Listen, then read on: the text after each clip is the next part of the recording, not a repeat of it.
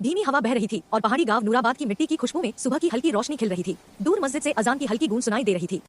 17 साल का रेहान अपने दादाजान के पास खड़ा था जब दादाजान बोले, बेटा लकड़ियाँ थोड़ी कम हो गई है, अगर जा सको तो पहाड़ी के रास्ते से कुछ ले आओ। रेहान ने मुस्कुराते हुए कहा, जी दादाजान, इंशाल्लाह अभी लाता हूँ। उसने हल्की हरी जैकेट पहन ली, बोरी कंधे पर टांगी और पहाड़ी की ओर बढ़ गया। हवा ठंडी थी, पत्ते सरसराहट कर रहे थे और सूरज की आखिरी किरणें उसके चेहरे पर सुनहरी चमक बिखेर रही थी। जैसे जैसे वह पहाड़ी पर चढ़ता गया, उसे अजीब सी आवाज सुनाई दी, हम जैसे कोई खोई हुई पुकार या हवा में छुपा कोई पुराना अज़्मा। रेहान ठिठक गया और धीरे से बोला, कौन है?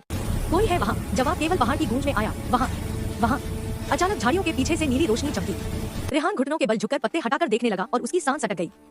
वहाँ बैठा था एक छोटा भविष्य का रोबोट, सफेद सिल्वर शरीर, नीली चमकती आंखें और टूटे हुए स्पीकर से बोलने की कोशिश कर रहा था। हाँ, हेलो, आप क्या मुझे सुन सकते हैं? रोबोट ने धीरे कहा। रेहान घबराया, लेकिन डर से ज्यादा दया महसूस हुई। क्या हुआ तुम्हें? तुम कौन हो? रोबोट की नीली आंखें झपकी। मेरा नाम A49 है।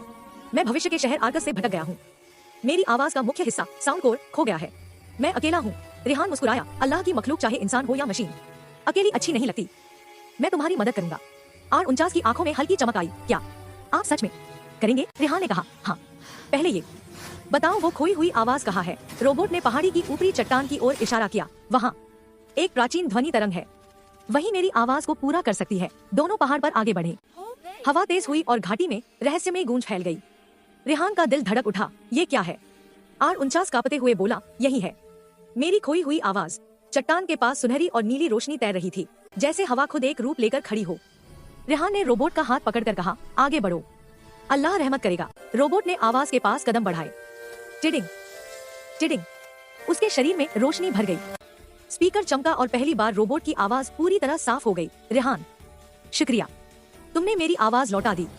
मैं तुम्हारा एहसान कभी नहीं भूलूंगा। रेहान मुस्कुराया, दोस्ती में एहसान नहीं होता। अचानक चट्टानें हिलने लगी, रास्ता टूट गया और A49 ने तुरंत रेहान को पकड़कर पीछे खींचा। धूल का बादल उठ गया, निचला रास्ता पूरी तरह टूट चुका था। रेहान ने चिंतित होकर पूछा, अब हम कैसे वापस जाएंगे? A49 ने आकाश की ओर देखा, मेरे साथी मुझे ढूंढ सकते हैं, मैं उन्हें बुला सकता हूँ, पर तुम्हें अकेला छोड़कर नहीं जाऊंगा। क्यों? रेहान ने पूछा।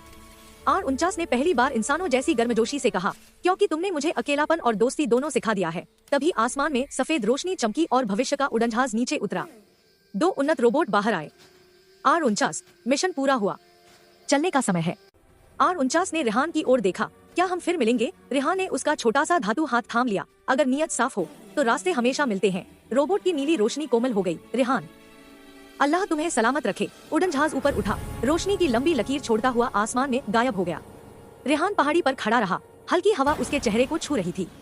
नीचे गांव की मस्जिद से फज्र की अजान की आवाज आ रही थी।